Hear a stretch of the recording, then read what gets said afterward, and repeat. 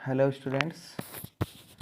पिछले वीडियो में हमने उच्च न्यायालय का टॉपिक लिया था। उच्च न्यायालय के बारे में मैंने आपको विस्तार से समझाया था कि राज्य उच्च न्यायालय की स्थापना या गठन के प्रावधान किन अनुच्छेदों में, इसका गठन कैसे होता है, न्यायाधीशों की नियुक्ति कैसे होती है, योग्यता पद से हटाने की प्रक्रिया क्या है, उच्च न्यायालय के कार्य क्या है, ये मैंने आपको विस्तार से समझाया था पिछले वीडियो में। इसके बाद इस वीडियो में हम एक बहुत ही महत्वपूर्ण और नया टॉपिक ले रहे हैं, केंद्र राज्य संबंध, सेंटर स्टेट रिलेशन। केंद्र राज्य संबंध, केंद्र राज्य संबंधों के प्रावधान संविधान के भाग 11 में किए गए हैं। संविधान के भाग 11 में किए गए हैं, 7वीं अनुसूची में किए गए हैं, अनुच्छेद 245 से 263 तक किए गए हैं। केंद्र राज्य संबंधों के प्रावधान संविधान के भाग 11 में अनुच्छेद 245 से 263 तक किए गए हैं एवं 7वीं अनुसूची में किए गए हैं। केंद्र राज्य संबंध, सेंटर स्टेट रिलेशन का ये टॉपिक हम इसलिए पढ़ते हैं क्योंकि भारत में संघात्मक शासन व्यवस्था है जो कनाडा के संविधान से ली गई है। और संघात्मक शासन व्यवस्था में क्या होता है? संघात्मक शासन व्यवस्था में केंद्र व राज्य मिलकर संघ का निर्माण करते हैं। केंद्र व राज्य मिलकर संघ का निर्माण करते हैं। इसमें केंद्र का शासन या सरकार अलग होती है, राज्य का शासन या सरकारें अलग होती है तथा केंद्र एवं राज्य दोनों के बीच में शासन की शक्तियों का स्पष्ट विभाजन कर दिया जाता है या बंटवारा कर दिया जाता है। भारत में परंपरागत संघ व्यवस्था के स्थान पर अमेरिका में परंपरागत संघ व्यवस्था है। भारत में परंपरागत संघ व्यवस्था नहीं है, अपितु उसके स्थान पर परिसंघात्मक या सहकारी या सहयोगी या एकात्मकवादी संघ व्यवस्था को अपनाया गया है, जिससे कि केंद्र एवं राज्य दोनों के बीच में घनिष्ठ संबंध स्थापित किए जा सके। केंद्र व राज्य के बीच में, केंद्र व राज्य संबंधों की अगर हम बात करें तो केंद्र व राज्य संबंधों को 3 भागों में बांटा गया है। केंद्र राज्य विधायी संबंध, केंद्र राज्य प्रशासनिक संबंध और केंद्र राज्य वित्तीय संबंध, 3 भागों में बांटा गया है। बहुत इंपॉर्टेंट टॉपिक है, कई बार क्वेश्चन आते हैं एग्जाम्स में। 3 भागों में बांटा गया है, केंद्र राज्य विधायी संबंध, केंद्र राज्य प्रशासनिक संबंध, केंद्र राज्य वित्तीय संबंध। सबसे पहले हम लेंगे केंद्र राज्य विधायी संबंध। विधायी का मतलब विधि निर्माण, कानून निर्माण के क्षेत्र में संबंध। तो केंद्र राज्यों के बीच जो विधायी संबंधों के प्रावधान किए गए हैं वो अनुच्छेद 245 से 255 तक किए गए हैं। और क्या प्रावधान किए गए? सबसे पहली बात यह कि संविधान का अनुच्छेद 245 केंद्र राज्यों के बीच विधायी शक्ति के विस्तार का प्रावधान करता है। अनुच्छेद 245 ये प्रावधान करता है कि केंद्र की विधायी शक्ति का विस्तार कहाँ तक होगा और राज्य की विधायी शक्ति का विस्तार कहाँ तक होगा। तो बड़ी स्पष्ट सी बात है कि केंद्र की विधायी शक्ति का विस्तार संपूर्ण भारत या संपूर्ण देश में होता है, अर्थात केंद्र पूरे देश के लिए, पूरे भारत के लिए कानून बना सकता है या बनाता है, जबकि राज्य की विधायी शक्ति का विस्तार केवल उस राज्य की सीमा में होता है, अर्थात एक राज्य जो कानून बनाता है वो केवल उसी राज्य की सीमा में लागू होते हैं।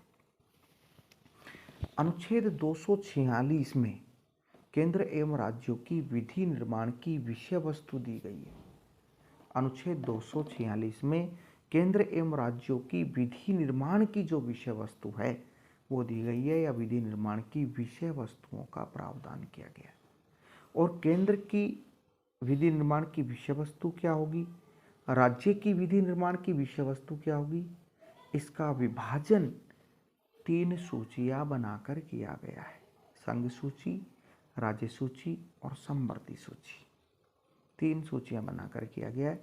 केंद्र संघ सूची, राज्य सूची, समवर्ती सूची। अर्थात जो संघ सूची की विषय वस्तु है उस पर कानून केंद्र बनाएगा, जो राज्य सूची की विषय वस्तु है उस पर कानून राज्य बनाएंगे। और एक समवर्ती सूची है, समवर्ती सूची में ऐसी विषय वस्तु रखी गई है या उन विषय वस्तुओं को रखा गया है जिन पर कानून केंद्र भी बना सकता है, राज्य भी बना सकते हैं। आवश्यकता अनुसार दोनों के महत्व की विषय वस्तु है, अतः उन पर कानून केंद्र राज्य दोनों बना सकते हैं या बनाते हैं।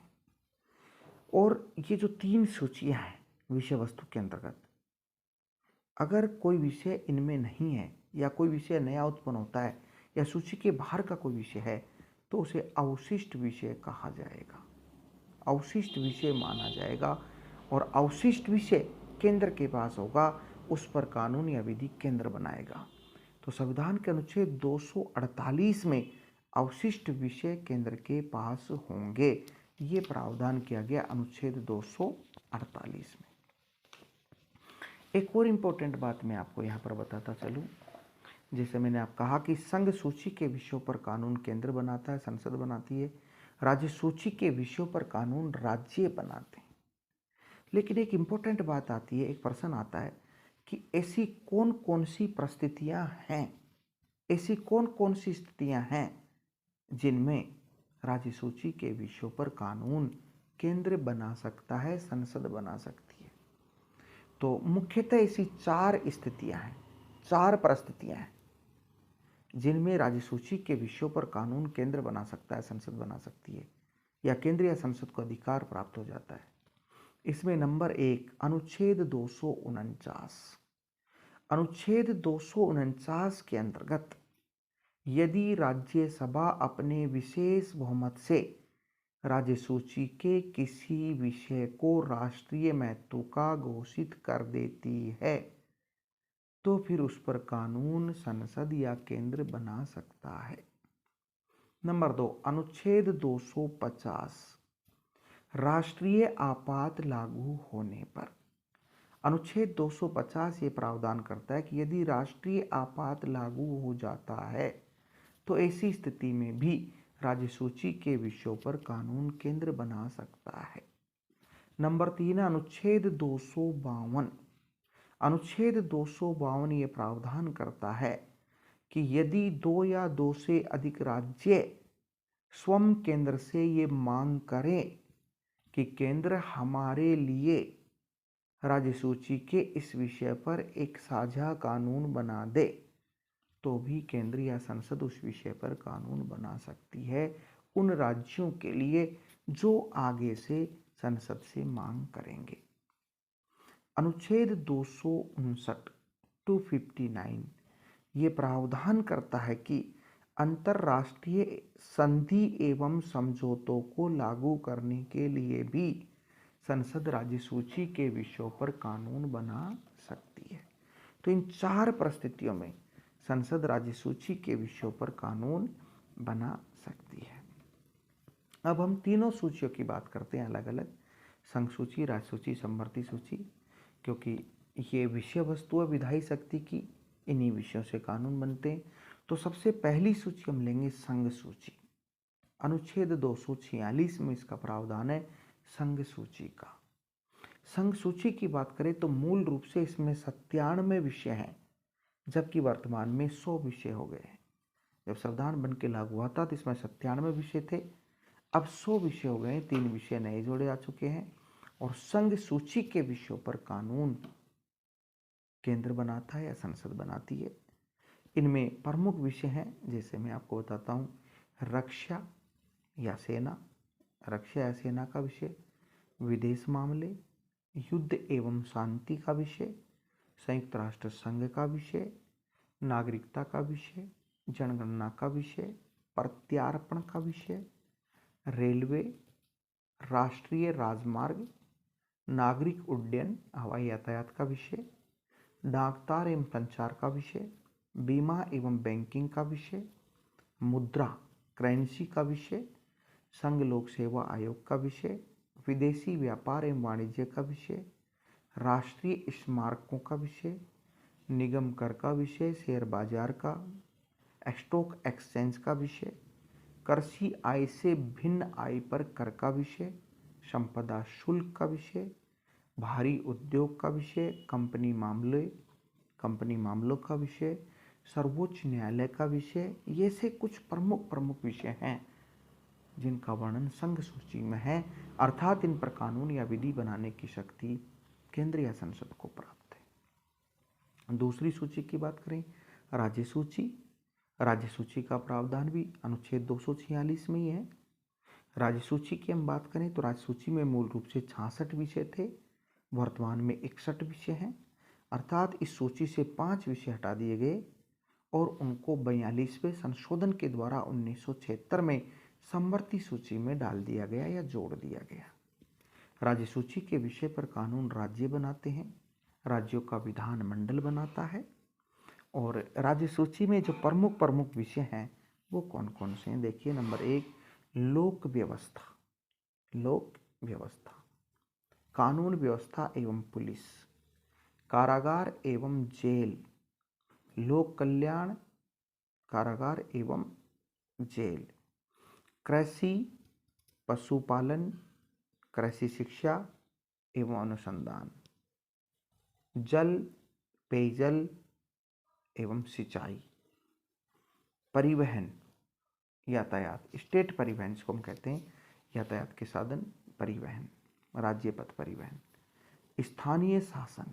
स्थानीय शासन जिसमें पंचायती राज एवं नगर निकाय दोनों आ जाते हैं, राज्य लोक सेवाएं, मनोरंजन, पथकर, उच्च न्यायालय, सहकारिता, भू राजस्व, सार्वजनिक निर्माण, ये ऐसे प्रमुख विषय हैं जो राज्य सूची के प्रमुख विषय माने जाते हैं। समवर्ती सूची। समवर्ती सूची का प्रावधान अनुच्छेद 254 में किया गया है। समवर्ती सूची का प्रावधान अनुच्छेद 254 में किया गया है। समवर्ती सूची में मूल रूप से 47 विषय हैं, जबकि वर्तमान में कुल 52 विषय हो गए हैं। अर्थात मूल रूप से 47 थे, वर्तमान में 52 है, 5 विषय नए जोड़े गए। 42वें संशोधन के द्वारा जोड़े गए वो विषय राज्य सूची से हटाकर समवर्ती सूची में जोड़े गए 42वें संशोधन के द्वारा, और 42वें संशोधन के द्वारा एक नया विषय भी समवर्ती सूची में जोड़ा गया है। नया विषय भी समवर्ती सूची में जोड़ा गया है। परिवार नियोजन का विषय जो है, जनसंख्या नियंत्रण एवं परिवार नियोजन का विषय जोड़ा गया है। समवर्ती सूची के विषयों पर कानून बनाने की शक्ति केंद्र एवं राज्य दोनों को प्राप्त है। समवर्ती सूची के विषयों पर कानून आवश्यकता अनुसार केंद्र भी बना सकता है और राज्य भी बना सकता है, लेकिन अगर केंद्र व राज्य दोनों एक विषय पर कोई कानून बनाते हैं और वो कानून आपस में टकराते हैं, उनमें विरोधाभास या गतिरोध या टकराव उत्पन्न होता है, तो फिर केंद्र का कानून लागू होगा और राज्य का कानून उस सीमा तक समाप्त माना जाएगा जहाँ तक कि वो केंद्र के कानून से टकराता है। अर्थात राज्य के कानून के वो पक्ष जो केंद्र के कानून से टकराते हैं वो डिलीट माने जाएंगे, वो समाप्त माने जाएंगे।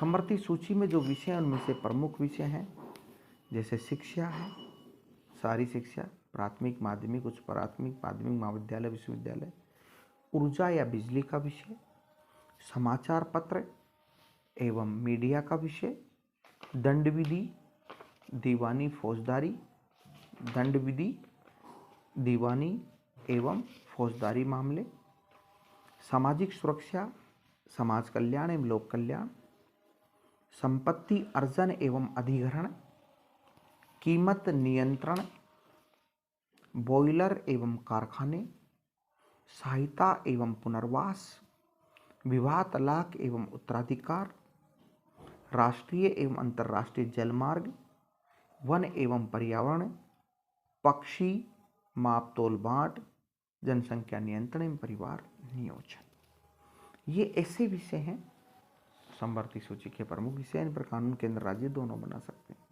अवशिष्ट विषय। अवशिष्ट विषयों का प्रावधान अनुच्छेद 248 में किया गया है और अवशिष्ट विषय वो विषय हैं जिनका वर्णन उपरोक्त तीनों सूचियों में नहीं है। तीनों सूचियों के बाहर का अगर कोई विषय उत्पन्न होता है या है तो उसे अवशिष्ट विषय कहते हैं। अवशिष्ट विषय केंद्र के पास है और अवशिष्ट विषयों पर कानून केंद्र बनाता है, संसद बनाती है। प्रमुख अवशिष्ट विषय हैं जैसे साइबर क्राइम, आतंकवाद, वैश्वीकरण आदि विषय। तो केंद्र राज्यों के बीच जो विधायी संबंध है उनका निर्धारण इन सूचियों से, इन विषयों से होता है। कि विधि निर्माण की जो प्रक्रिया है, विधि या कानूनों का जो निर्माण है वो कैसे करते हैं, किन किन विषयों पर आधारित विषयों की विधि या कानून का निर्माण का अधिकार केंद्र को पास है और किन किन का राज्यों को पास है। तो ये केंद्र राज्य संबंधों में विधायी संबंधों की बात हुई। अब इनके बाद में अगले वीडियो में मैं आपको केंद्र राज्य प्रशासनिक संबंध, केंद्र राज्य प्रशासनिक संबंध एवं केंद्र राज्य वित्तीय संबंध, दोनों के बारे में, दोनों का विश्लेषण मैं अगले वीडियो में करूँगा। इस वीडियो में यहीं तक हम देखेंगे।